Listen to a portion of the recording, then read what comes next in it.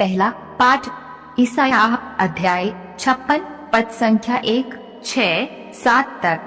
प्रभु ये कहता है, न्याय बनाए रखो और धर्म का पालन करो, क्योंकि मेरी मुक्ति निकट है और मेरी न्याय प्रियता शीघ्र ही प्रकट हो जाएगी। जो विदेशी प्रभु के अनुयायी बन गए हैं, जिससे वे उसकी सेवा करें, वे उसका नाम लेते रहें और उसके भक्त बन जाएं, और वे सब जो विश्राम दिवस मनाते हैं और उसे अपवित्र नहीं करते, मैं उन लोगों को अपने पवित्र पर्वत तक ले जाऊंगा। मैं उन्हें अपने प्रार्थना गृह में आनंद प्रदान करूंगा। मैं अपनी वेदी पर उनके होम और बलिदान स्वीकार करूंगा, क्योंकि मेरा घर सब राष्ट्रों का प्रार्थना गृह कहलाएगा। यह प्रभु की वाणी है। दूसरा पाठ रोमियो अध्याय 11, 13, 15, 29 से 32 तक।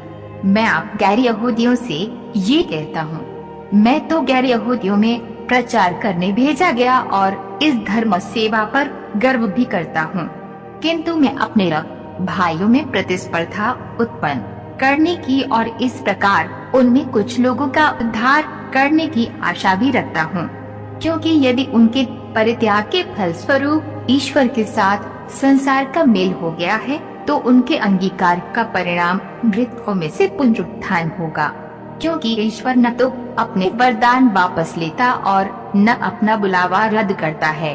जिस तरह आप लोग पहले ईश्वर की अवज्ञा करते थे और अब जबकि वे अवज्ञा करते हैं, आप ईश्वर के कृपा पात्र बन गए हैं, उसी तरह अब जब कि आप ईश्वर के कृपा पात्र बन गए हैं, वे ईश्वर की अवज्ञा करते हैं, किंतु बाद में वे भी दया प्राप्त करेंगे।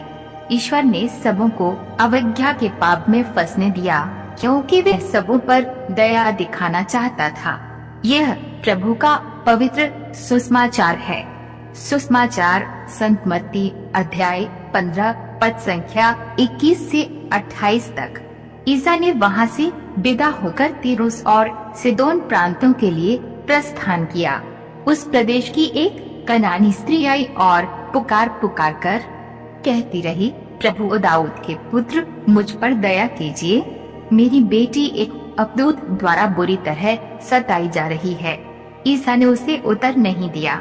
उनके शिष्यों ने पास आकर उनसे यह निवेदन किया, उसकी बात मानकर उसे विदा कर दीजिए, क्योंकि वह हमारे पीछे पीछे चिल्लाती आ रही है।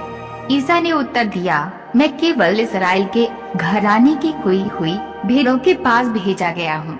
इतने में उस स्त्री ने आकर ईसा को दंडवत किया और कहा, प्रभु मेरी सहायता कीजिए। ईसा ने उत्तर दिया, बच्चों की रोटी लेकर पिल्लों के सामने डालना ठीक नहीं है।